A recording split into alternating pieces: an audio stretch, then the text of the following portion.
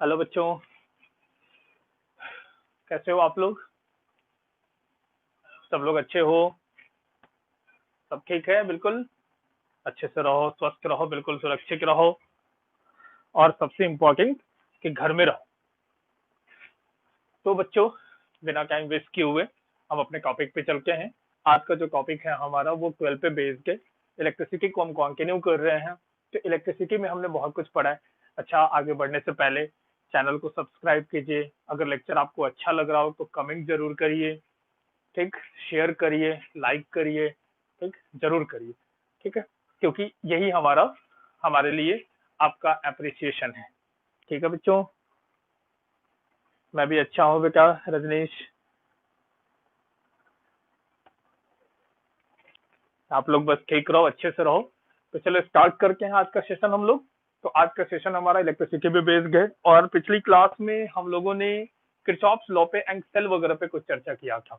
I hope शायद maker bridge हमारा बाकी रह गया था, विकस्टोन ब्रिज भी चर्चा कर लिया था हमने। तो आज हमारा मेकर ब्रिज का पार्ट है। तो चलो स्टार्ट करते हैं मेकर ब्रिज। आज का सेशन जो है वो बहुत इंपॉर्टेंट है क्योंकि इंस्ट्रूमेंट्स आज हम लोग यहाँ पे देखेंगे। इंस्ट्रूमेंट्स में जैसे 12 क्लास में आप लोग को जो इंस्ट्रूमेंट्स पढ़ना है वो मेकर ब्रिज है, पोटेंशियोमीटर है, conversion of galvanometer into volt meter and ammeter है।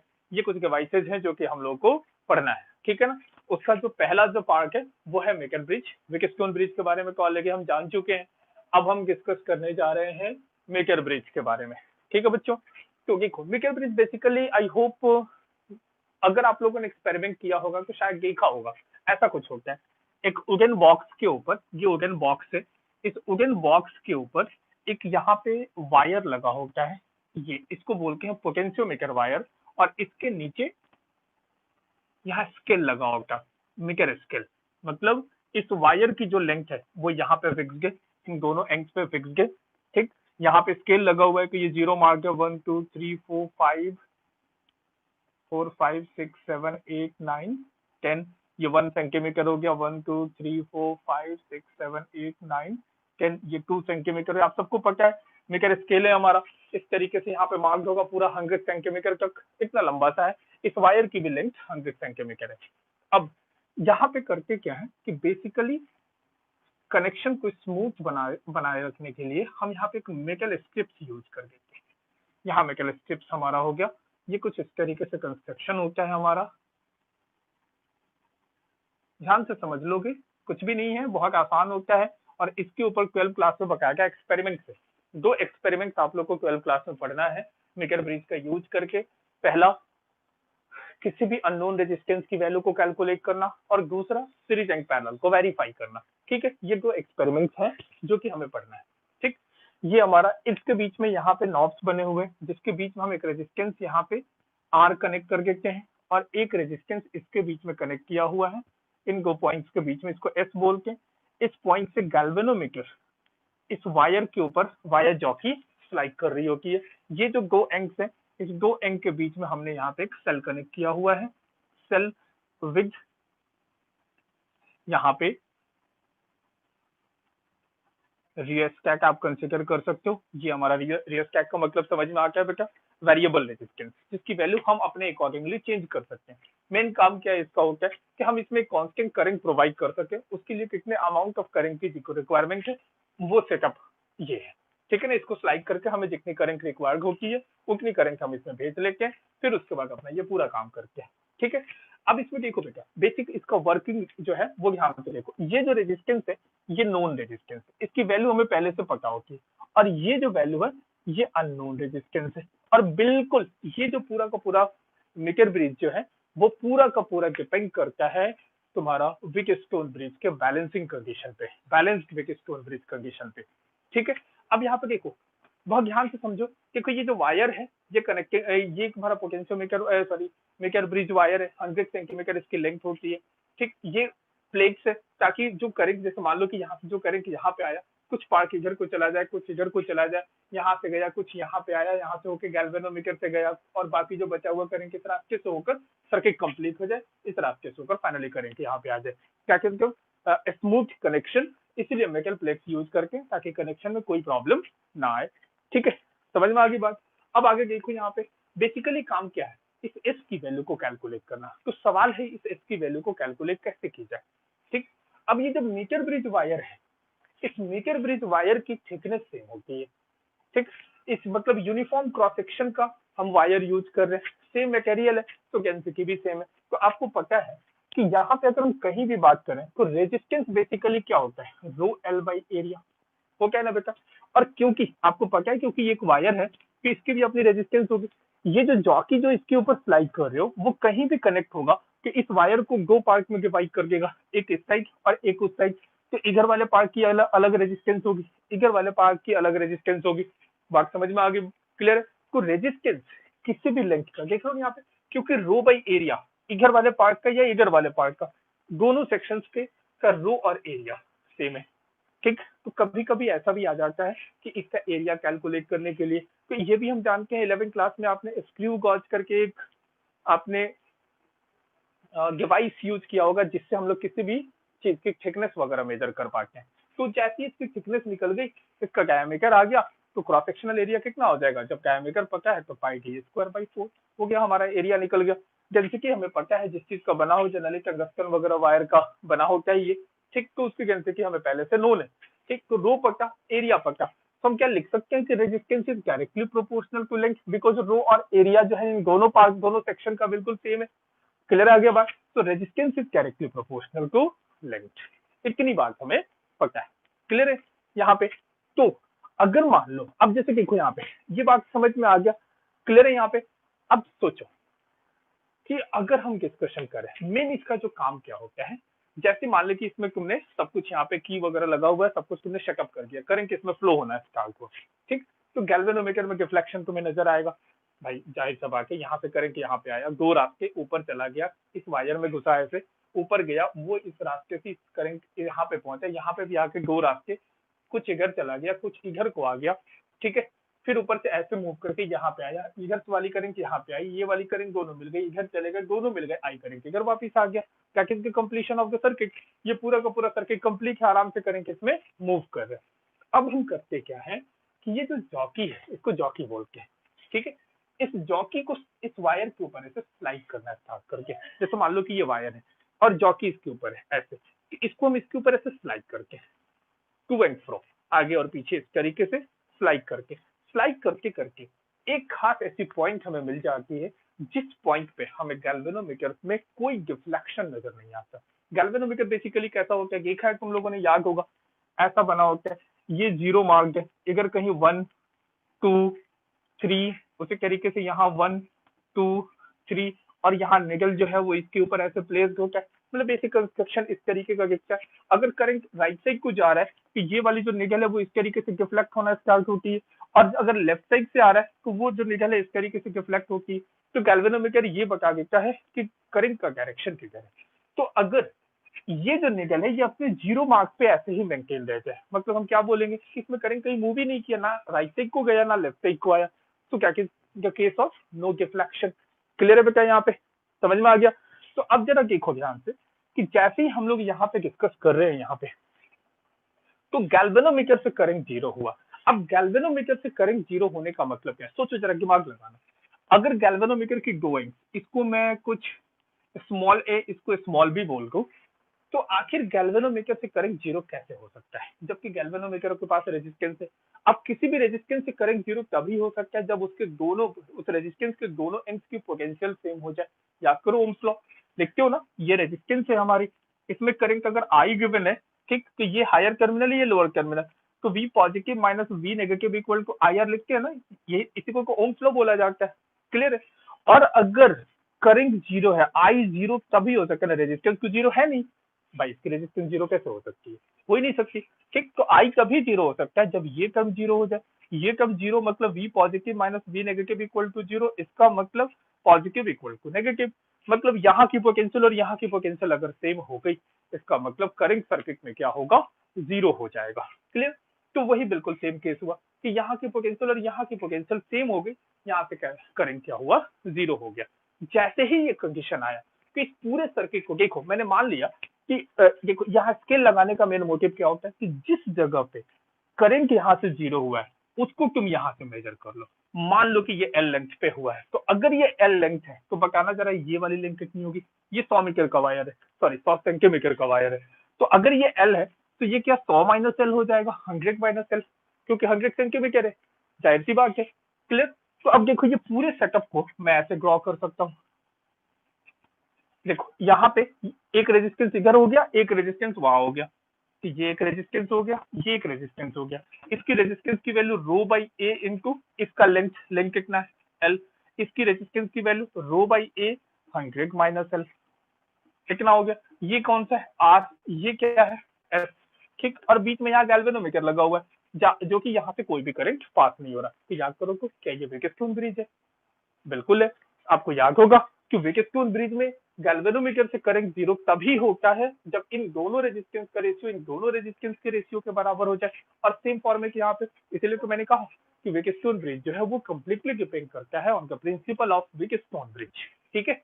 तो हम जैसे ही यहाँ पे करंट जीरो हुआ, हम क्या लिख लेंगे कि बैलेंस्ड व्हीटस्टोन ब्रिज कंडीशन कहता है इतना is equal to S divided upon a 100 minus L. Clear है बेटा। तो रो और ए दोनों तरफ गायब हो गया, तो एस की वैल्यू हो गई R 100 minus L divided by L.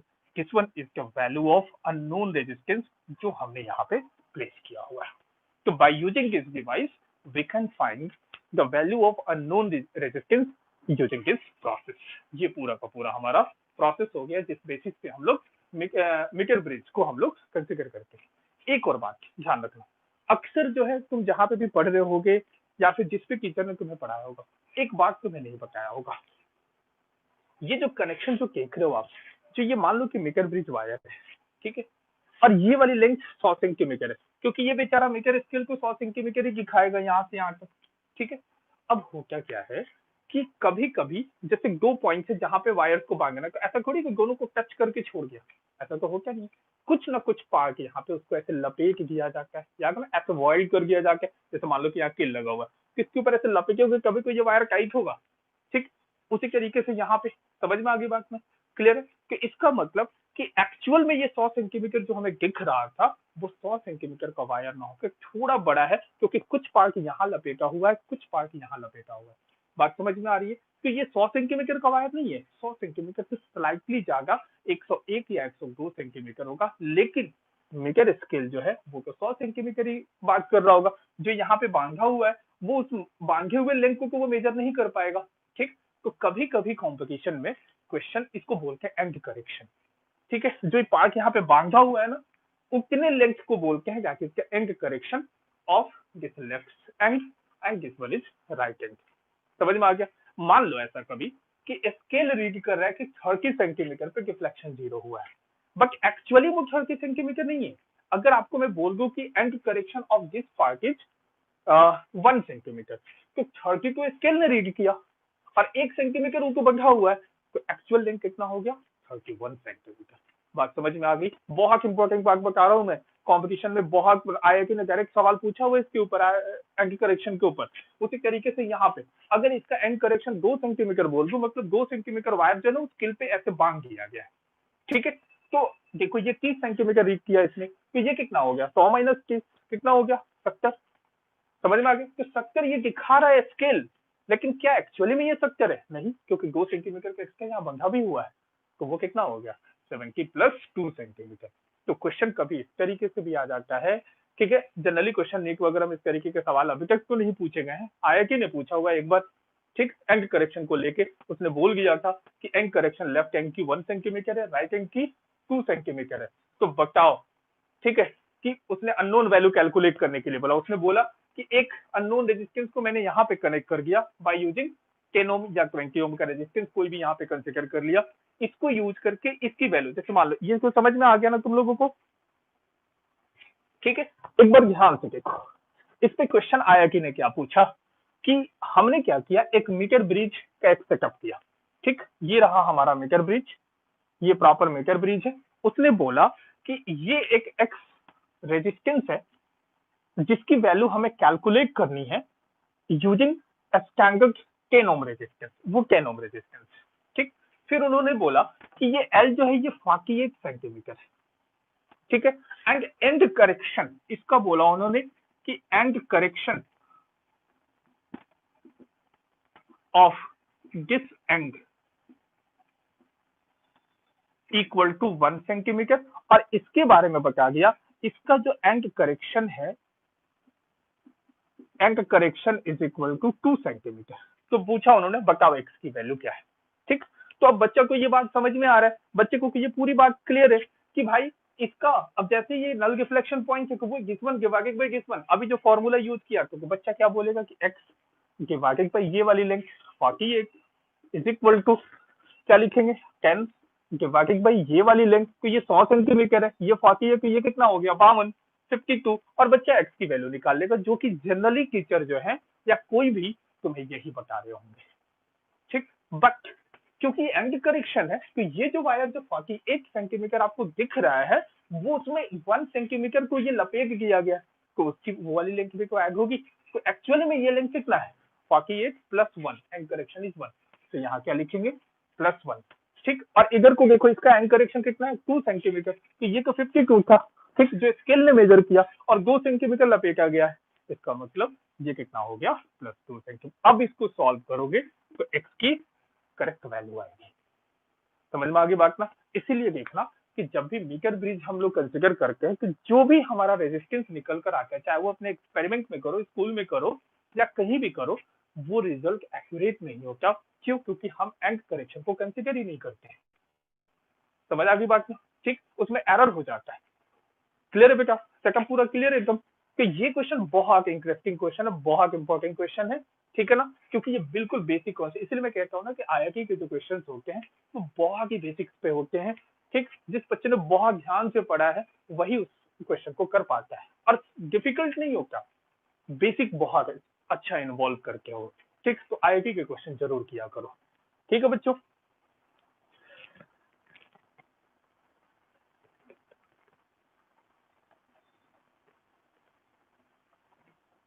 चलो बच्चों अब आगे चलते हैं।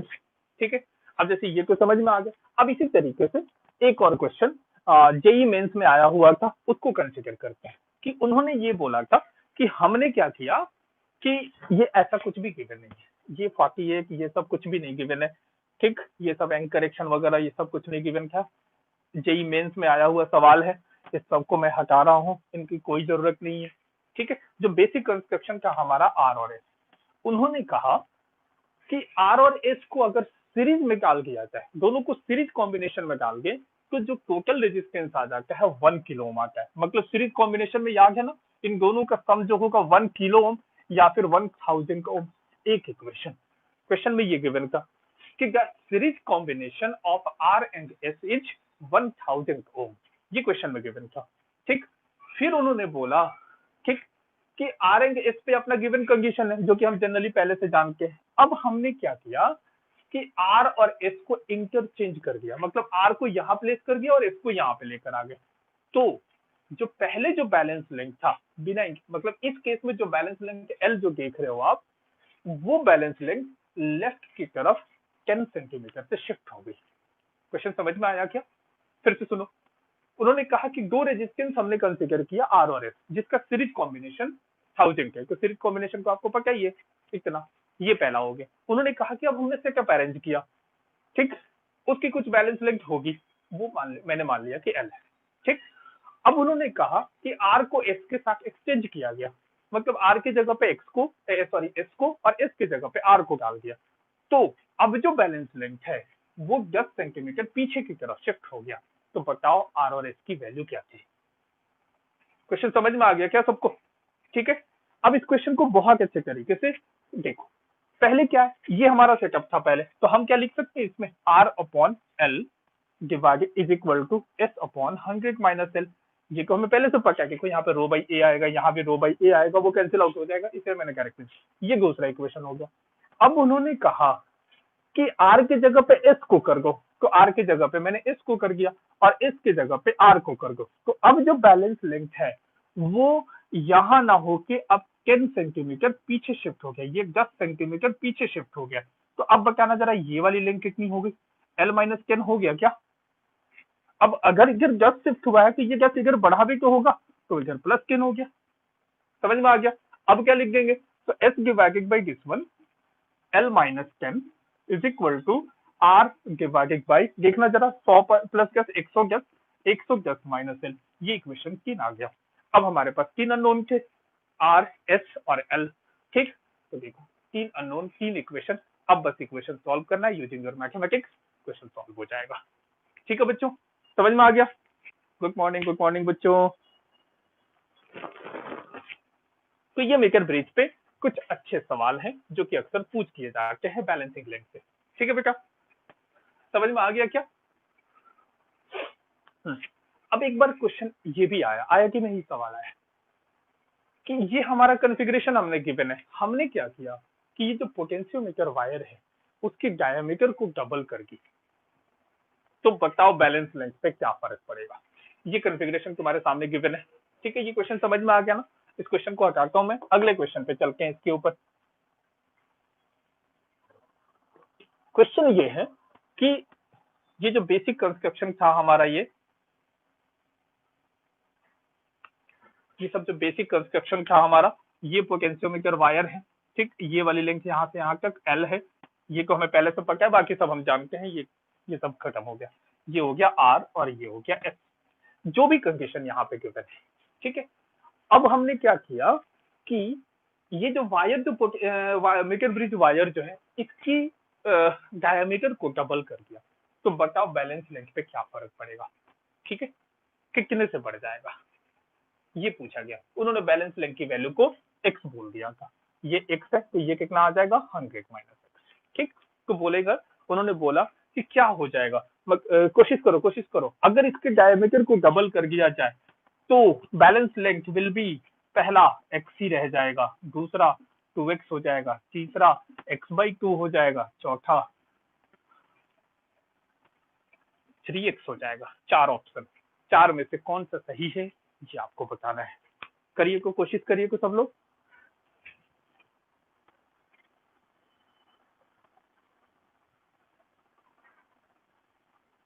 हाँ बिल्कुल आ सकता है बेटा डिफेंस वगैरह में। ठीक है, क्योंकि पोटेंशियोमीटर 12 के सिलेबस में, अगर 12 का सिलेबस अगर आपके कोर्स में होगा तो डेफिनेटली आएगा बेटा। राजेश, ठीक है, तो अब यहाँ पे जरा ध्यान से देखो। अच्छा देखो, बिना डबल किए हुए इसका क्या होता है, r/x is equal to S divided by 100 minus X. अब यहाँ पे रो बाई ए लिख देता हूं मैं, यहाँ रो बाई ए लिख देता हूँ। ये इक्वेशन हो गया पहला इक्वेशन। क्लियर है क्या?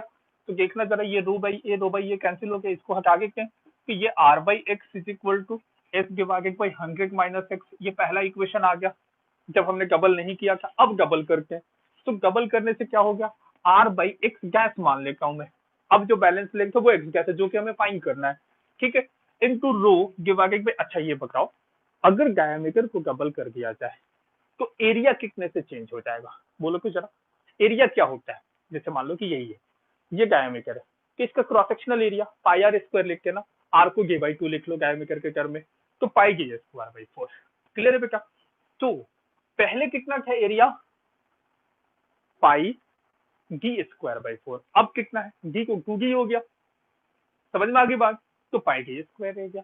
तो हम क्या लिखेंगे यहाँ पे, rho by pi d² is equal to S divided by rho divided by pi d² into 100 minus X. जरा देखना, ये कहानी को ऐसे ही कैंसिल हो गई, क्या कोई फर्क पड़ा क्या? देखो कि इक्वेशन ऊपर और नीचे वाला बिल्कुल सिमिलर आ गया, क्योंकि एरिया ऑफ क्रॉस सेक्शन पे कोई डिपेंड ही नहीं कर रहा बैलेंस लेंथ। ये बहुत सुंदर सवाल था, देखो कितना बढ़िया से उन्होंने पूछा हुआ है। ठीक है, कि उन्होंने एरिया को डबल किया और फिर पूछा कि बताओ कि बैलेंस लेंथ में क्या फर्क पड़ेगा, तो कुछ भी नहीं पड़ेगा, आंसर इज फर्स्ट, वही रह जाएगा। समझ में आ गया? तो मीटर ब्रिज के ऊपर ये वन ऑफ द अच्छा सवाल है। तो बस, तो एनडीए में आ गया था बेटा।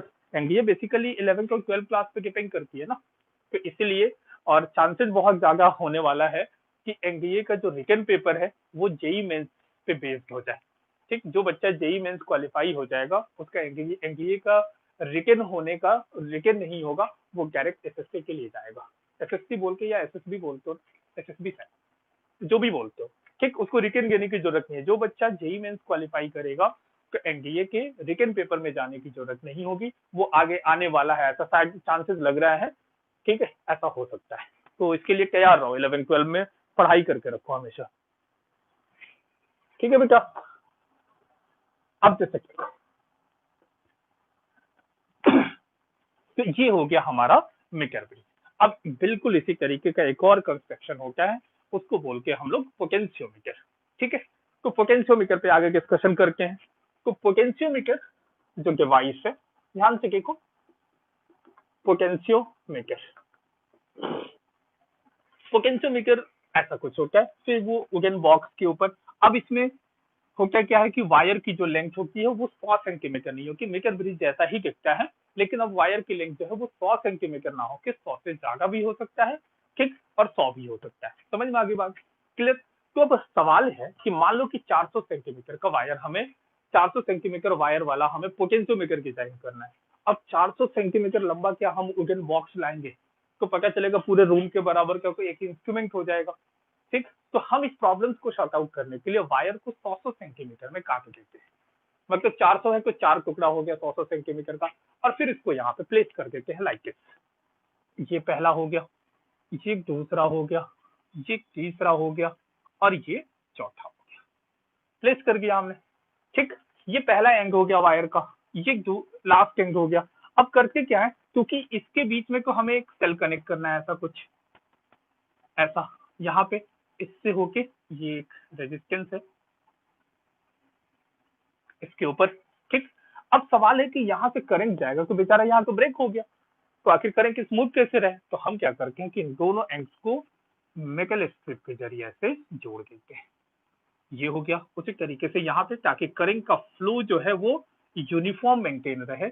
हम यहाँ पे हमने इसको ऐसे मेटल स्ट्रिप से ऐसे जोड़ दिया, और यहाँ पे स्केल लगा हो गया, जो मीटर ब्रिज में अभी आपने देखा है कि यहाँ स्केल लगा हुआ है 100 सेंटीमीटर का, ये 100 सेंटीमीटर का स्केल लगा हुआ है जो कि रीड करता है। ठीक, अब इसके साथ दो फ्री एंड है, एक कैपिटल, सॉरी इसको बोलते हैं, ये जो पहला एंड ऑफ द वायर है उसको कैपिटल ए, ये जो है इसको बी। अब देखो ना कितने हैं, 1 2 3 4, तो इस पोटेंशियोमीटर वायर की लेंथ कितनी है, 400 सेंटीमीटर। ठीक है ना, जिसको 4 टुकड़े में 100 सेंटीमीटर के 4 टुकड़े में काट के हमने ऐसे अरेंज कर दिया है। और नीचे ये हमारा क्या है, मीटर स्केल।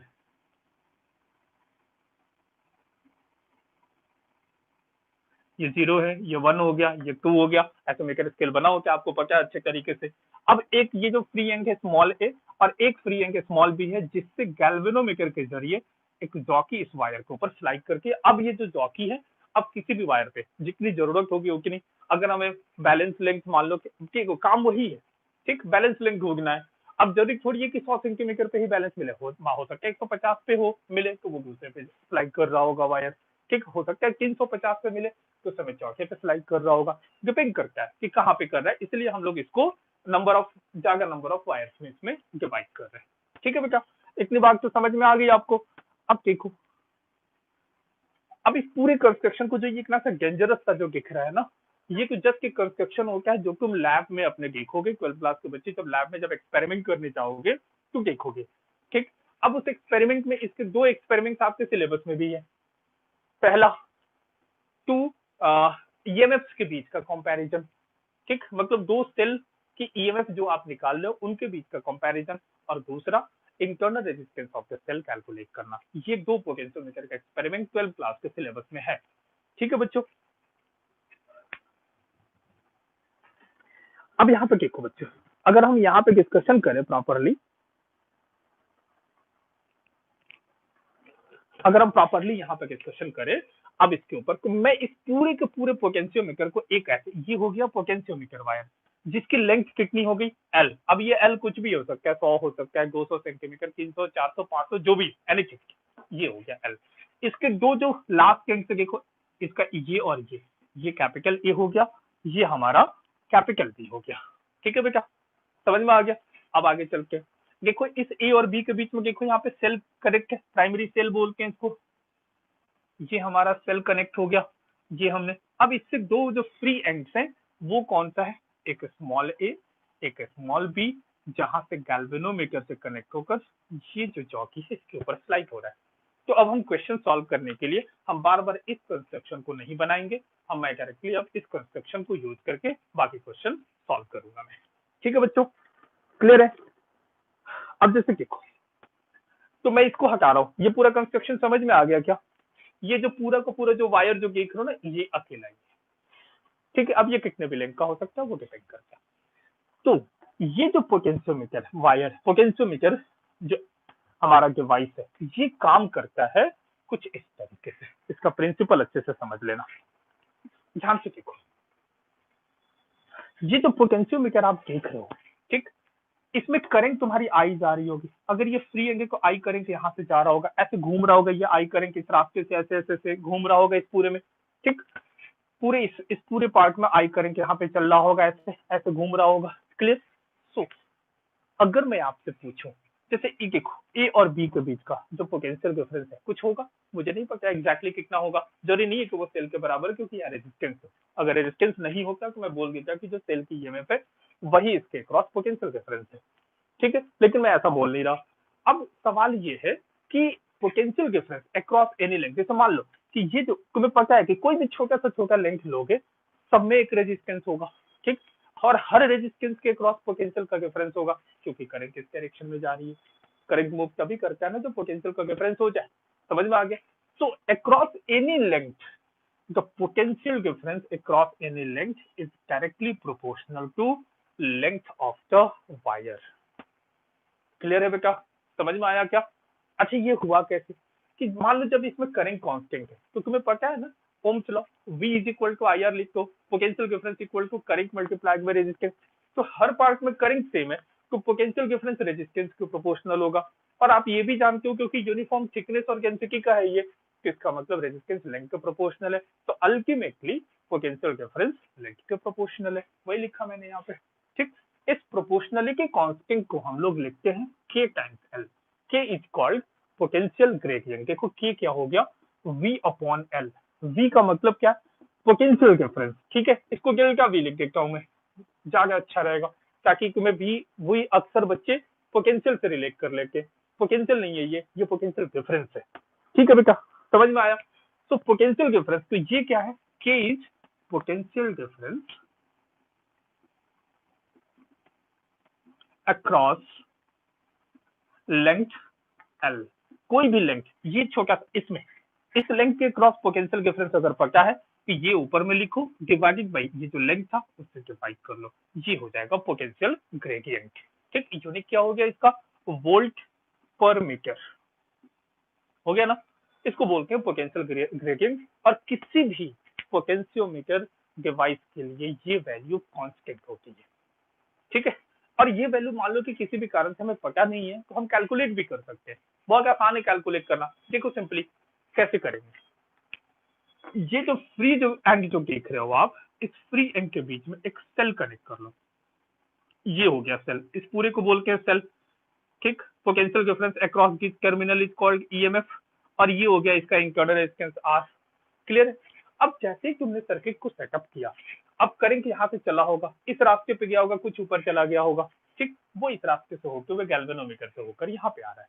काम क्या है, जो मीटर ब्रिज में किया था वही काम यहाँ पे, नल डिफ्लेक्शन पॉइंट ढूंढना, मतलब वो पॉइंट ढूंढ लेना जहां पे डिफ्लेक्शन थ्रू के गैल्वेनोमीटर जीरो हो जाए। यही काम होता है पूरे के पूरे पोटेंशियोमीटर में एंड मीटर ब्रिज में। ठीक है बच्चों, अब जैसे देखो तुमने यहाँ पे क्या देखा कि मैंने मान लिया कि ये वो लेंथ है।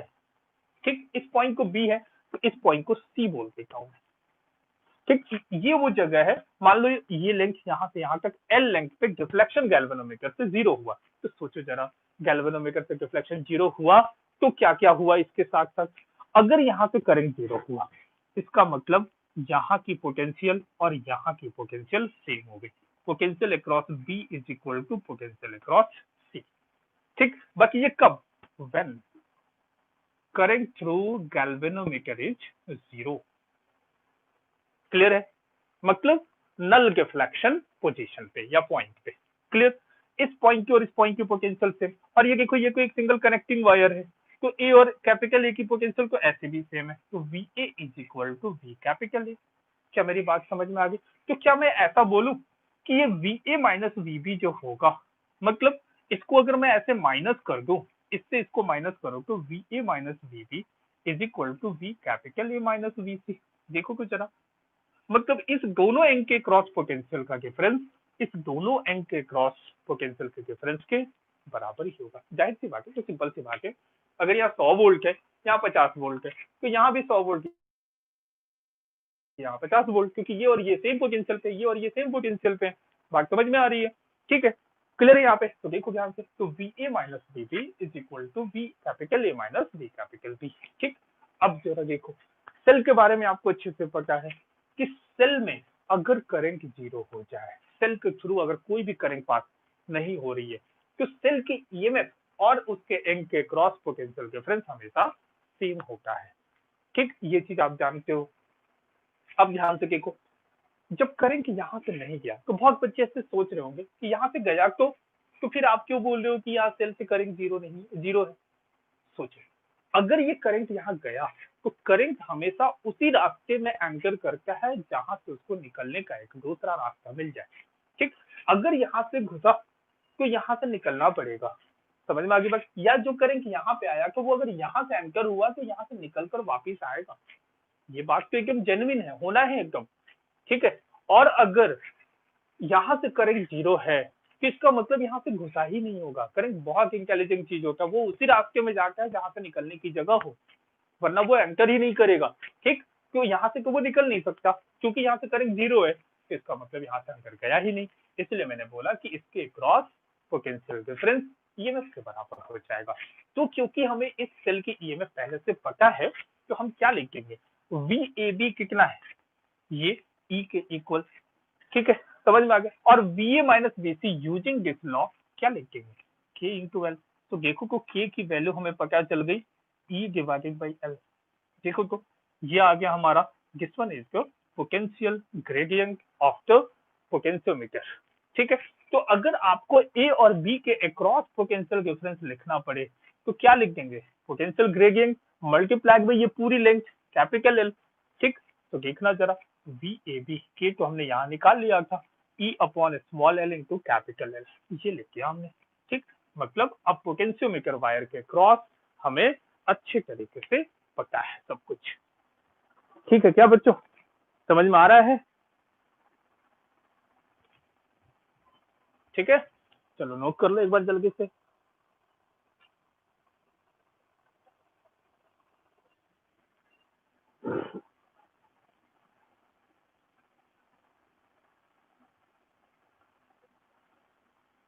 हो गया?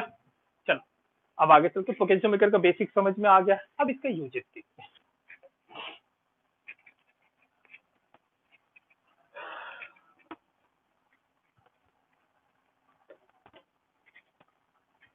अब जैसे देखो, इस पोटेंशियोमीटर को बेसिकली जो यूज किया जाता है, वो पहला यूज क्या है, EMF of the two cells को कंपेयर करना। तो जैसे मान लो कि हमारा बेसिक कंस्ट्रक्शन ऑफ पोटेंशियोमीटर है, ये हो गया हमारा प्राइमरी सेल, ये रियोस्टैट के जरिए इससे जुड़ा हुआ है, ये ए और बी हमारा पोटेंशियोमीटर वायर है, ये जो दो फ्री एंड आप दो देख लो, ए और स्मॉल बी। ठीक है, अब यहाँ पे देखो, एक सेल को मैंने यहाँ कनेक्ट कर दिया, ये सेल हो गया विद की बोलो, स्विच बोलो, ये देखो ये दूसरा सेल हो गया हमारा, ठीक, विद की यहाँ पे। अब ये बी से हमारा गैल्वेनोमीटर है, जो कि इसके ऊपर ऐसे स्लाइड हो रहा है।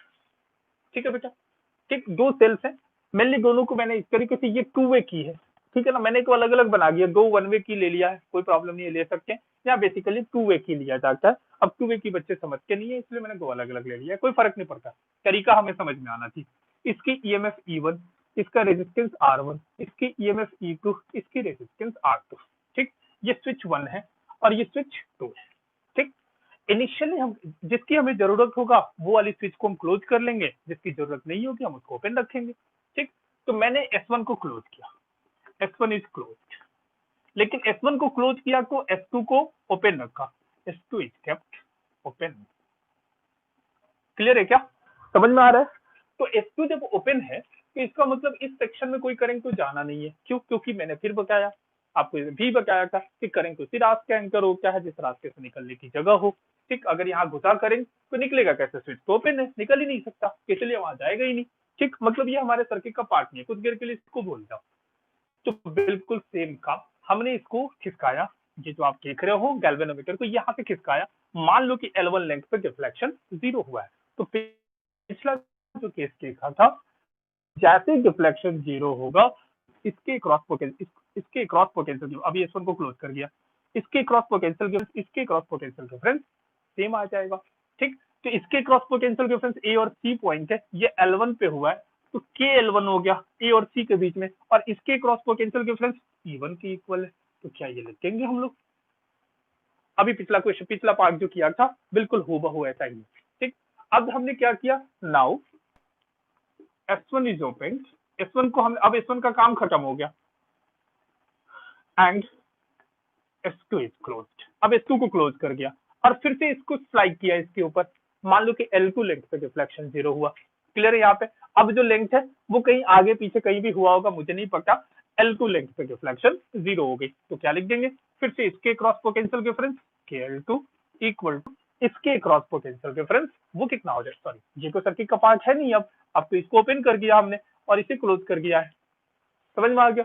तो आपको ये सर्किट का पार्ट है, तो इसके क्रॉस पोटेंशियल डिफरेंस E2, ठीक, इसके क्रॉस KL2, तो E2 is equal to KL2, दोनों को डिवाइड कर दो, इसी को बोलते हैं L1 upon L2 comparison of the EMF of two cell, मतलब ईएमएफ ऑफ सेल्स का जो रेशियो होगा वो बैलेंसिंग लेंथ के रेशियो के बराबर होगा। ठीक, ये पहला यूज था जो आपके 12th क्लास में आपसे पूछा जाएगा। ठीक है क्या बच्चों? चलो अगले यूज पे चलते हैं। अगला यूज है हमारा ऐसा कुछ, अगला यूज है to find the unknown, to find the value of unknown resistance of a given cell, मतलब कोई भी एक सेल है हमारे पास, ठीक, उसके अननोन रेजिस्टेंस की वैल्यू हमें कैलकुलेट करनी है। उसके लिए मान लो कि यही सेल है, इसकी अननोन रेजिस्टेंस R की वैल्यू हमें कैलकुलेट करनी है। ठीक है ना बेटा, समझ में आ गया? देखो कुछ भी नहीं है, एक ही काम हम किए जा रहे हैं, उसी काम को कॉन्टिन्यूअस हम फॉलो कर रहे हैं। ये हमारा पोटेंशियोमीटर वायर है, ये स्विच S1 हो गया। अब इसके लिए हम क्या करते हैं, एक रेजिस्टेंस विद की यहाँ पे स्विच टू, ये रेजिस्टेंस R, ये नोन रेजिस्टेंस हमें पहले से पता होता है। ठीक, मतलब यहाँ पे रेजिस्टेंस बॉक्स यूज करके, जब आप एक्सपेरिमेंट करोगे स्कूल में, जब भी स्कूल खुल जाएगा आपका, आप एक्सपेरिमेंट करोगे, या जिन बच्चों ने, जो ड्रॉपर्स हैं, जो 13 में है, 12 में ना होकर 13 में जिन्होंने कर लिया है, उन्होंने देखा भी होगा कि यहाँ रेजिस्टेंस बॉक्स यूज कर लिया जाता है विद अ की, मतलब जब इसकी जरूरत होगी हम इसको यूज करेंगे। तो पहले हमें इसकी ईएमएफ नहीं पता, तो हमने क्या किया, इसको क्लोज, S1 को क्लोज कर दिया, S1 को क्लोज किया, इस पे घुमाया, ठीक, घुमाने पे देखा कि L1 लेंथ पे डिफ्लेक्शन 0 हुआ है। फिर से वही कहानी पिछले वाला, E1 कितना हो जाएगा, या E इज इक्वल टू इसके cross potential difference E which is equal to KL1, एक इक्वेशन हमें पता करते हैं। ठीक, अब अगली बात, ये तो क्लोज था ही, इसको भी क्लोज कर दिया हमने, समझ में आ गई बात? क्लियर है बेटा? ठीक है, तो अब इसको जैसे ही आपने क्लोज किया, ठीक, अब क्या होगा, बहुत बहुत बार बच्चे अक्सर कंफ्यूज हो जाते हैं। इसको क्लोज कर दिया, मतलब इसके क्रॉस पोटेंशियल डिफरेंस मान लो कि L2 पे आया, अब ये स्लाइड करके हमने L2 पे पोटेंशियल, हमें डिफ्लेक्शन 0 मिला है, तो इसके क्रॉस पोटेंशियल डिफरेंस वो बच्चा लिख लेगा कि L2 इज इक्वल टू इसके क्रॉस पोटेंशियल डिफरेंस को फिर से वो E लिखेगा। ऐसा नहीं बेटा, क्यों? क्योंकि देखो, डिफ्लेक्शन गैल्वेनोमीटर से 0 हुआ है, गैल्वेनोमीटर से डिफ्लेक्शन 0 होने का मतलब ये है कि ये वाली जो करंट है वो इस रास्ते से, अगर ये I1 करंट है तो इस रास्ते से चली जाएगी, और देखो ये वाली सर्किट भी तो है क्लोज, मतलब इसमें जो करंट है वो ऐसे घूमता रहेगा, वो करंट कितना है I2, ठीक, मतलब जो ये करंट यहाँ से निकलेगा ऐसे घूम कर वापिस इसी में आ जाएगा, इधर नहीं जाएगा, गैल्वेनोमीटर पे करंट ऐसे भी 0 हो गया। ठीक है, बात समझ में आ गई? क्लियर? मतलब यहाँ I2 की वैल्यू कितनी हो जाएगी बेटा, बता दो जरा, सेल कितना है, E, ईएमएफ E है कि वागिक भाई, ये देखो रेजिस्टेंस जिसके सम में है ना, किरचॉफ लॉ भी यूज कर सकते हो, क्या लिखेंगे, माइनस IR, I1 है ना शायद, इसमें I2 है, sorry, minus I2R minus I2 small r plus E equal to 0, so I इतना आ जाएगा। ठीक, अब सोचो, क्योंकि इसके क्रॉस पोटेंशियल डिफरेंस, सॉरी, इसके गैल्वेनोमीटर से करंट 0 है, तो इसके cross potential difference is same as इसके क्रॉस, इज सेम एज इसके क्रॉस, क्योंकि तीनों को पैरेलल में है। देख लो, ये तीनों टर्मिनल यहाँ से यहाँ तक, इसकी ये एक था, कि यहाँ की पोटेंशियल, यहाँ की पोटेंशियल और यहाँ की पोटेंशियल सेम, क्योंकि गैल्वेनोमीटर से करंट जीरो, तो यहाँ की पोटेंशियल, यहाँ की पोटेंशियल और यहाँ की पोटेंशियल सेम। ठीक, मतलब इसके क्रॉस पोटेंशियल डिफरेंस, इसके क्रॉस पोटेंशियल डिफरेंस या फिर इसके क्रॉस पोटेंशियल डिफरेंस बिल्कुल सेम। क्लियर? तो हम क्या लिख लेंगे कि ये जो KL2 है बेसिकली इसमें कितना करंट है, current I2 multiplied by are के, है ना। इसके क्रॉस पोटेंशियल डिफरेंस क्या लिख, किसी भी रेजिस्टेंस को पोटेंशियल डिफरेंस कैसे लिखते हैं, IR। इसमें करंट I2 है इनटू आर, ये लिख सकते हैं। या फिर कोई बच्चा इसमें भी लिख सकता है, क्योंकि देखो यहाँ से करंट तो ऐसे बाहर निकला है, तो जब करंट पॉजिटिव टर्मिनल से बाहर निकले मतलब वो डिस्चार्ज हो रहा है, सेल डिस्चार्ज हो रहा है, तो उस केस में पोटेंशियल डिफरेंस क्या होता है, EMF multiplied by current into resistance. ठीक, आप इसमें से कोई सा भी लिख सकते हो, कोई प्रॉब्लम नहीं है। ठीक है ना बेटा, समझ में आ रहा है। अब जैसे ही यहाँ पे I2 पे मैं इसको यूज कर रहा हूँ, क्यों, क्योंकि कैलकुलेशन आसान है। आप चाहो तो इसको और इसको यूज कर सकते हो, कोई फर्क नहीं पड़ता, आंसर सेम आएगा। तो I2 की वैल्यू को रख दो, so E divided by R plus capital R into R is equal to KL2। अच्छा E देखो हमने यहाँ निकाल रखा था, इसको मैं प्लेस कर देता हूँ KL1, तो K ने K को गायब कर दिया, तो देखो कि यहाँ से R की वैल्यू सॉल्व होकर आ जाएगी, कितना आ जाएगा, कितना आ जाएगा, L1 upon L2 minus 1 multiplied by, sorry हमें तो स्मॉल आर चाहिए था ना, कैपिटल आर। ये हो गई हमारी internal resistance of the cell. बात समझ में आ गया। अच्छा देखो ये इक्वेशन ये भी बता रहा है कि जब आप सर इस वाले को कनेक्ट करोगे, ठीक, तो L2 जो होगा ना, ये जो निगल जो पहले यहाँ डिफ्लेक्शन जीरो हो रहा था अब उससे पीछे आएगा, L2 जो होगा वो L1 से छोटा होगा। क्यों? क्योंकि R नेगेटिव तो हो नहीं सकता, और देखो ये 1 है, तो ये फैक्टर 1 से ज्यादा होना चाहिए, 1 से ज्यादा तभी होगा ना जब L1 L2 से बड़ा होगा। समझ में आ गया। तो जैसे तुम इसको कनेक्ट करोगे डिफ्लेक्शन पीछे की तरफ आएगा। ठीक है, समझ में आ गई है क्या बात?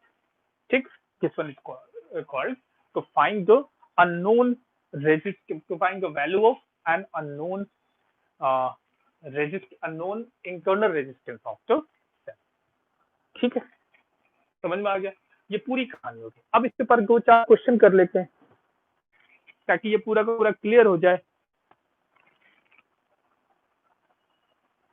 अब जैसे कि ये पूरी बात तो क्लियर होगी, हमें समझ में आ गया। अब इसके ऊपर के कुछ छोटे छोटे क्वेश्चन दो चार मैं कर देता हूँ, फिर आपको पूरा का पूरा ये डिवाइस क्लियर हो जाएगा।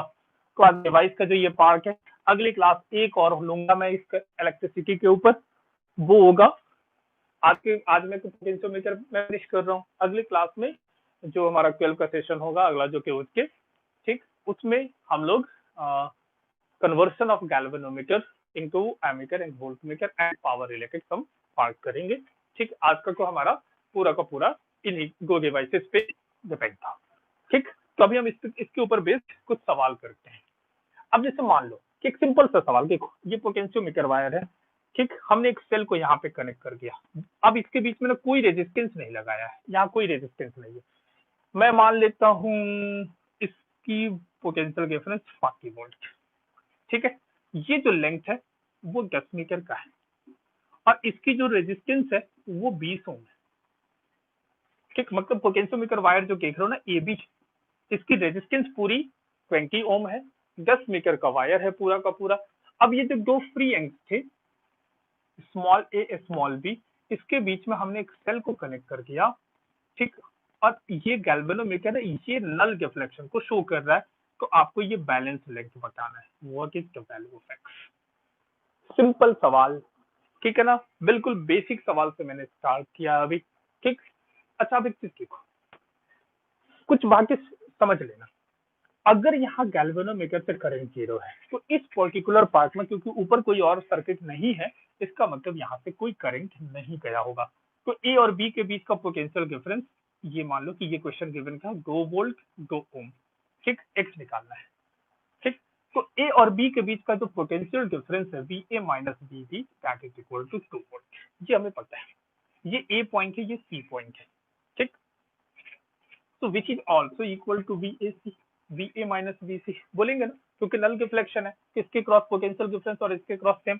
अब मैंने इसके क्रॉस ईएमएफ ही क्यों लिखा, क्यों, क्योंकि इसमें करंट जीरो है। ई माइनस आई आर, आई को जीरो प्लेस करोगे so V A minus V B E के बराबर हो गया, इसीलिए मैंने लिखा। ठीक, तो सवाल ये है कि आखिर ये कितना लेंथ, ये देखो ये 40 वोल्ट है, तो इस पूरे वायर के अक्रॉस 40 वोल्ट है। अगर मैं इसको जीरो पोटेंशियल मान लूं, और ये देखो ये अगर ये जीरो है तो यहाँ कितना हो जाएगा 40 वोल्ट। मतलब इस पोटेंशियोमीटर वायर के क्रॉस पूरी की पूरी जो पोटेंशियल डिफरेंस है वो 40 वोल्ट है। तो 40 वोल्ट 10 मीटर में है। समझ में आ गया? क्लियर है? तो 2 वोल्ट कितने लेंथ में होगा?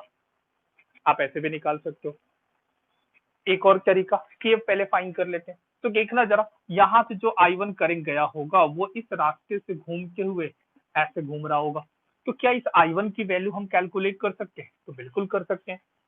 सेल कितना है 40 डिवाइडेड बाई पूरे में रेजिस्टेंस ये पूरा है 20, तो ये कितना आ गया 2 एम्पियर। क्लियर? समझ में आ गई बात? 2 एम्पियर है। तो के कितना आ जाएगा बेटा? हमें हालांकि इसकी रिक्वायरमेंट नहीं थी, ठीक, बट मैंने फिर भी फाइंड कर लिया। के कितना हो जाएगा? देखो ये वाली लेंथ हमें पता है 10 मीटर, और इसके क्रॉस पोटेंशियल डिफरेंस को IR लिख सकते हैं।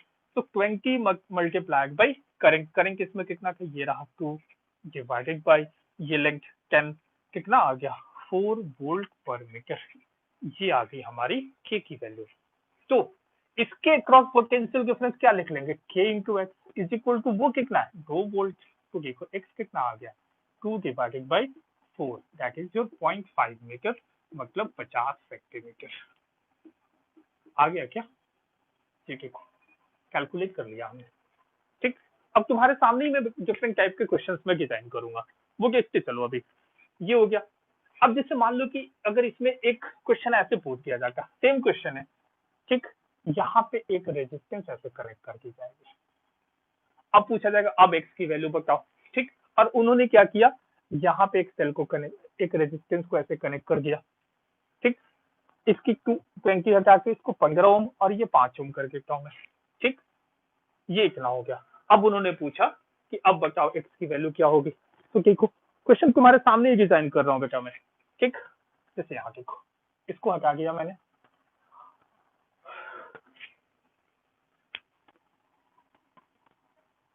ये 4 ओम का रेजिस्टेंस है यहाँ कनेक्ट किया हुआ। तो सोचो सबसे पहले यहाँ जो भी चीज हमने निकाला, अब तो ये नहीं लिख सकते हम लोग, क्योंकि यहाँ 0 मान के यहाँ 40 नहीं लिख सकते, क्योंकि ये रेजिस्टेंस में भी करंट है, तो ये बेकार हो गया। तो एक काम कर सकते हैं, क्योंकि नल रिफ्लेक्शन है और ऊपर में यहाँ सर्किट है, तो इसमें करंट ऐसे घूम रहा होगा I1 या I2 मान लो, और इसमें करंट कितना है I1, तो I2 की वैल्यू कितनी हो जाएगी, देखो EMF कितना था, ये 2 वोल्ट था ना, 2 volt divided by sum of the resistance 6, that is equal to 1/3 ampere ऊपर वाले में करंट जा रही है। ठीक है, अच्छा I1 कितना हो जाएगा, देखो इस पूरे वाले पार्ट में, क्योंकि नल रिफ्लेक्शन है, तो ये वाली करंट किसमें घूम रही होगी, ये वाली करंट किसमें घूम रही होगी, ना यहाँ से कोई ऊपर ना ऊपर से कोई नीचे, गैल्वेनोमीटर में कोई करंट नहीं है। ठीक, तो I1 कितना आ गया, देखो पूरा रेजिस्टेंस कितना, देखो इस पूरे की रेजिस्टेंस 15, इसकी 5, सेल कितना है 40, तो 40 डिवाइडेड बाई 15 प्लस 5, ये को सीरीज में है ना ये दोनों, ये कितना आ गया अगेन 2 एम्पियर। क्लियर? तो जब 2 एम्पियर है तो इस पूरे के क्रॉस पोटेंशियल डिफरेंस कितना हो जाएगा, इस पूरे की रेजिस्टेंस कितनी है 15, मल्टीप्लाइड बाय उसमें करंट कितना है 2 एम्पियर निकाला हमने, मतलब 30 वोल्ट। ठीक है, देख रहे हो यहाँ पे जो ये 40 होना चाहिए था वो 30 हो गया, क्यों, क्योंकि इस रेजिस्टेंस ने 10 वोल्ट निकल लिया है। समझ में आ गई बात? क्लियर? कि ये 30 वोल्ट हो गया। सो के कितना आ जाएगा, देखो को इस पूरे के cross potential difference 30 divided by ये पूरी लेंथ 10, तो इस केस में 3 वोल्ट पर मीटर, ये क्या आ गया। ठीक है ना बेटा? अब देखो इसके क्रॉस पोटेंशियल डिफरेंस को क्या लिख लेंगे, के इंटू एक्स, और जो इसके क्रॉस होगा वही इसके क्रॉस होगा, वही इसके क्रॉस होगा। ठीक है, तो इसके क्रॉस कितना होगा, इसमें करंट I2 है इंटू 4, ठीक, I2 कितना है 1/3 इंटू 4 इज इक्वल टू के कितना है 3 मल्टीप्लाइड बाई एक्स, तो एक्स कितना आ गया 4/9 मीटर। सॉल्व कर लेना इसको जो भी निकालना हो। ठीक, हो गया क्वेश्चन सॉल्व। डिफिकल्ट है क्या? कुछ भी डिफिकल्ट नहीं है।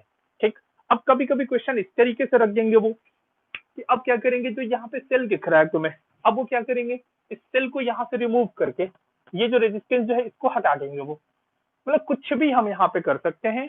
एक सिंपल सा सर्किट है, इसमें कहीं भी पोटेंशियोमीटर हम यूज नहीं कर रहे हैं, हम यहाँ पे सिंपल किरचॉफ्स लॉ एंड बाकी जो करंट का जो बेसिक कॉन्सेप्ट है वही यूज करें, ऐसे उन्होंने कर दिया। ये 3 वोल्ट 3 ओम का ऐसे डाल दिया। अब पूछ गया अब बताओ तो इसमें तो कोई चेंज नहीं आएगा, क्योंकि देख लो ये वाली करंट कैसे घूम रही होगी, ऐसे ऐसे, तो ये वाला पार्ट तो बिल्कुल हूबहू सेम है। ठीक, अब इस वाले पार्ट में आते हैं, इसमें करंट चेंज हो जाएगा, इसमें करंट कुछ मान लो कि ऐसे घूम रहा है। ठीक, तो अगर करंट ऐसे घूम रहा है तो करंट की वैल्यू इस वाले पार्ट में निकालने के लिए कैसे करेंगे, बताना जरा। किसी भी एक एंड से स्टार्ट कर लो, मान लो कि करंट इसमें ऐसे घूम रहा है, वो I2 है ऐसे, तो देखो को हम यहाँ से स्टार्ट करके ऐसे चलना किरचॉफ लो, तो क्या लिखेंगे -3I2, यहाँ पे आ गए, यहाँ पे देखो +3 वोल्ट, यहाँ पे आ गए इधर इधर -2, यहाँ देखो करंट इधर -2I2 इक्वल टू 0, तो देखो को I2 कितना आ गया, I2 is equal to 1 divided by 5 ampere, इतना करंट आ गया I2। ठीक है बेटा, तो अब जो यहाँ जो कहानी लिखा था हमने, ये वाला जो पार्ट है वो चेंज हो जाएगा। ठीक, ये देखो इसके क्रॉस पोटेंशियल डिफरेंस तो K इंटू एक्स हो गया।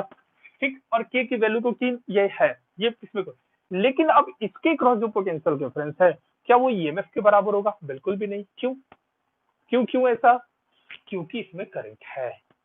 तो जब करंट हो और सेल अगर डिस्चार्ज हो रहा हो, तो ईएमएफ जो होता है वो पोटेंशियल डिफरेंस से ज्यादा होता है। ठीक, और जब सेल चार्ज हो रहा हो तो ईएमएफ पोटेंशियल डिफरेंस से कम होता है। ठीक, कोई बात नहीं है, इतना कोई बड़ा इशू नहीं है, हमें इन दोनों पॉइंट्स के अबाउट निकालना है। ठीक है, तो करंट के घर को आया है, तो देखो तो इसमें क्या लिखेंगे, यही है ना, यहाँ से स्टार्ट करो यहाँ पे, तो देखो ये करंट इसमें कैसे जा रहा था, ऐसे, तो ये डिस्चार्ज हो रहा था, किसके cross potential difference, EMF minus current उसमें मल्टीप्लाइड बाई रेजिस्टेंस। ठीक है, समझ में आ गया। तो 3 माइनस I2 कितना है, 1/5 into 3 is equal to 3x, solve करके x निकाल लेना। अच्छा, कोई बच्चा इसमें भी लिख सकता था, इसमें कैसे लिखता, देखो करंट इसमें ऐसे अंदर घुसा है ना, I2 इसमें घुस रहा है, मतलब ये चार्ज हो रहा है, तो जब चार्ज हो तो potential difference E plus IR हो जाता है, तो कोई बच्चा इसमें ऐसे लिख सकता था, E plus I2 multiplied by 2 is equal to 3x, ये भी लिख सकता था। देखो सेम आएगा, इसको सॉल्व करके देखो, 15 माइनस 3 कितना आ गया, 12, ये 12/5 आ रहा है, इक्वल टू 3x आ रहा है ना, 15 माइनस 3, हाँ ठीक है। ये देखो 2 प्लस I2 कितना था, 1/5 इंटू 2, देखना जरा, 10 2 12, 12/5 आ गया क्या, इक्वल टू 3x, बिल्कुल आना ही था। ये तो हमारा कॉन्सेप्ट है, जब सेल डिस्चार्ज हो तो potential difference across terminal E minus IR, और जब सेल चार्ज हो तो पोटेंशियल डिफरेंस अक्रॉस के terminal is E plus IR। ठीक है, ये अब देखो तुम्हारे सामने ही मैंने बहुत ही अलग अलग तरीके के क्वेश्चन तुम्हारे सामने ही ऐसे रख दिया, खुद से यहाँ पे सामने डिजाइन करके। अब कुछ भी कर ले यहाँ पे, अगर ये नल डिफ्लेक्शन है तो इसमें करंट आपको निकालना आना चाहिए, किरचॉफ लॉ आना चाहिए, इसमें आना चाहिए। ठीक है ना, बेसिक करंट का जो हमारा प्रोसेस है वो आना चाहिए। पोटेंशियोमीटर को नाम भर का एक चीज है, ठीक, वो तो बस एक के यहाँ पे कैलकुलेट जो हम कर रहे हैं, यही पोटेंशियोमीटर की एक बेसिक प्रिंसिपल यूज कर रहे हैं, बाकी कुछ भी यूज नहीं कर रहे, एक जनरल सर्किट कंसिडर करके हम इसी में काम कर रहे हैं। समझ में आ गया क्या? ठीक, पोटेंशियोमीटर क्लियर हो गया बिल्कुल। तो आज की क्लास में हमने मीटर ब्रिज और पोटेंशियोमीटर को बहुत अच्छे तरीके से समझा है। ठीक, अब इसके ऊपर कोई सा भी क्वेश्चन हो ना, कर जाओ, सब सब सॉल्व हो जाएगा, कोई दिक्कत नहीं आएगा। ठीक है बेटा, तो अगली क्लास जो हमारी होगी वो गैल्वेनोमीटर के कन्वर्सन पे डिपेंडेंट है एंड पावर्स पे रिलेटेड होगा। ठीक, वो लास्ट सेशन होगा हमारा करंट का। चैनल को सब्सक्राइब कीजिए, अगर पसंद आया लेक्चर तो आप जरूर लाइक कीजिए, कमेंट जरूर कीजिए। ओके बेटा, चलो मिलते हैं अगले क्लास में। टेक केयर, अपना ध्यान रखें, आप लोग घर पे रहें।